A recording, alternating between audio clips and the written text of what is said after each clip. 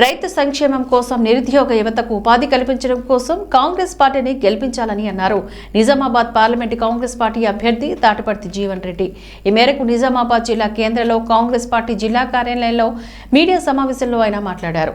కేంద్ర ప్రభుత్వ పాలనలో విఫలమైందని, బ్లాక్ మనీని వైట్ మనీ చేసుకోవడానికి కారణమైందని, టీఆర్ఎస్ ప్రభుత్వం రైతు సంక్షేమాన్ని, నిరుద్యోగ యువతను, మహిళల సంక్షేమాన్ని మరిచింది కాబట్టి గత ఎన్నికల్లో ఓటమిని చవి చూడాల్సి వచ్చిందని అన్నారు. రాబోయే రోజుల్లో రైతు సంక్షేమం కోసం, నిరుద్యోగ యువతకు ఉపాధిని కల్పించడం కోసం ప్రజలంతా కాంగ్రెస్ పార్టీకి అండగా నిలవాలని అన్నారు.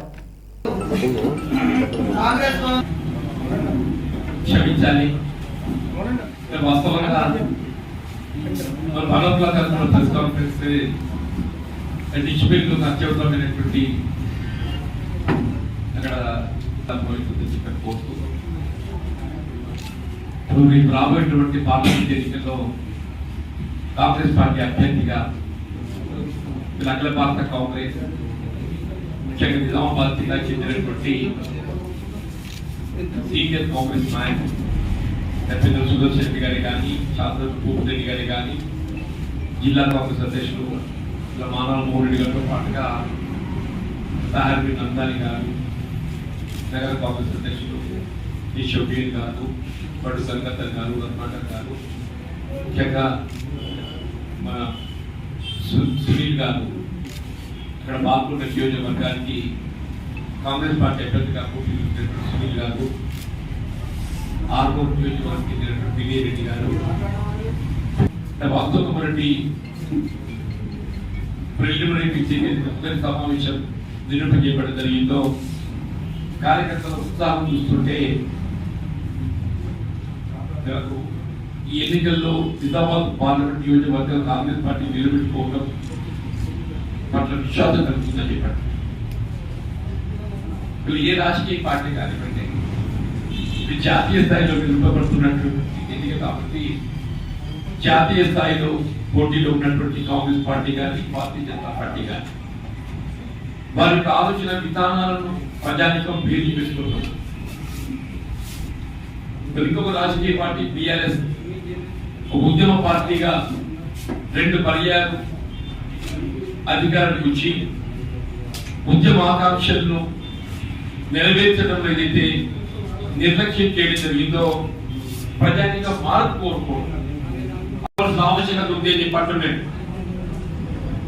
వ్యవసాయాన్ని ప్రోత్సహింప చేయబడే విధంగా, రైతాంగానికి అండగా నిలబడగలిగే విధంగా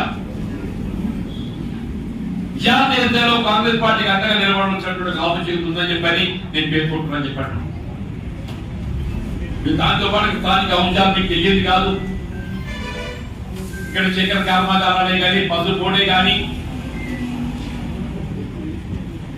ఉమ్మడి రాష్ట్రంలో కాంగ్రెస్ ప్రభుత్వ హయాంలో ఏదైతుందో పోదుల చక్కెర కర్మాగారంతో పాటు మెట్పల్లి చక్కెర కర్మాగారం ఏర్పాటు చేస్తే 2001లో ఏదైతుందో ఆనాటి తెలుగుదేశం పార్టీ మరి దాని మిత్రపక్షం Bharatiya Janata party both put together, Telugu Desam party మరి దాని మిత్రపక్షం భారతీయ జనతా పార్టీ 51% వాటా అమ్మకాన్ని పెట్టింది.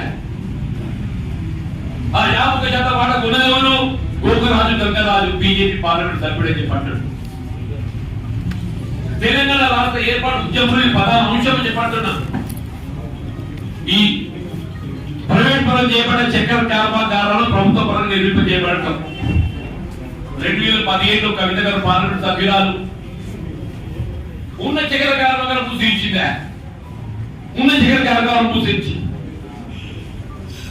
దాంతో కూడా పసుపుకు మద్దతు ధర మీకు అరవింద్ గారు ఏదో పసుపు బోర్డు ఏ విధంగా బాండ్ రాష్ట్రం చేసింది కాదా? రైతాంగం ఏ విధంగా కవిత రైతు వ్యతిరేక విధానాలతో ఏదైతుందో మరి రైతాంగాన్ని నిర్లక్ష్యం చేసిందో అరవింద్ గారికి అవకాశం కల్పించింది. ఈయన కూడా తక్కువ దిగలేదు. ఆయన మన ప్రధానమంత్రి గారు పసుపు బోర్డు ప్రకటించి అందరూ కూడా హర్షం వ్యక్తం చేశారు, ఇంక్లూడింగ్ కాంగ్రెస్ పార్టీ. అక్టోబర్ 23లో ఏదైతుందో జీవో వెలువడ్డది. 23లో 6 మాసాలు గెలిచిందే. అసలు పసుపు బోర్డు ఎక్కడ పెడుతున్నావు? నిజామాబాద్ లో పెడుతున్నావా, అహ్మదాబాద్ లో పెడుతున్నావా? పసుపు ఎక్కడ పెట్టబోతున్నావు? నిజామాబాద్ లో పెడుతున్నావా, అహ్మదాబాద్ లో పెడుతున్నావా? ఇంతవరకు స్పష్టత లేదు.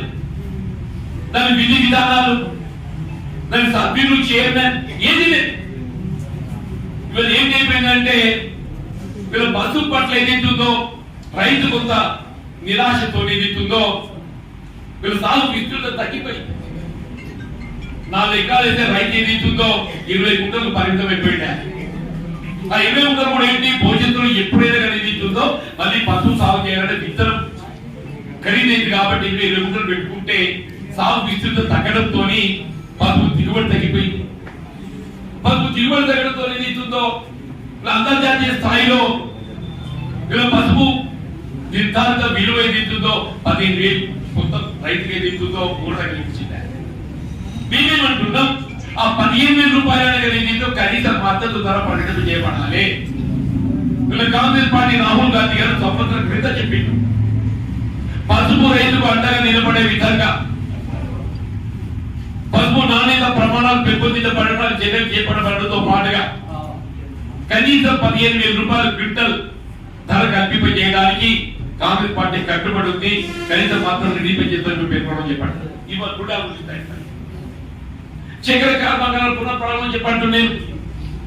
ముందు ఎన్నికల్లో వాగ్దానం చేయడం అనే కాదు, అధికారులు రావడంతో మీకు రేవంత్ రెడ్డి గారు, గౌరవ ముఖ్యమంత్రి గారు ఏదైతున్నదో పరిశ్రమ శాఖ మంత్రులు శ్రీనిబాబు గారి ఆధ్వర్యంలో కమిటీ వేయడం,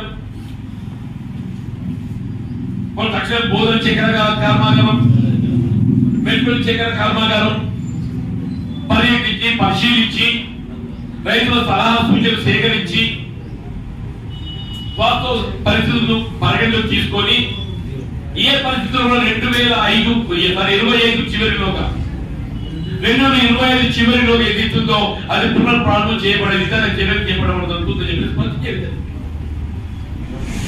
2025 చివరిలోగా గాను ఆడే విధంగా చేయబడే విధంగా ఇది కాంగ్రెస్ పార్టీ కావాల్సిన విధానం చెప్పంటారు. ఇప్పుడు అరవింద్ గారు ఈ మధ్య పేర్కొన్నట్టు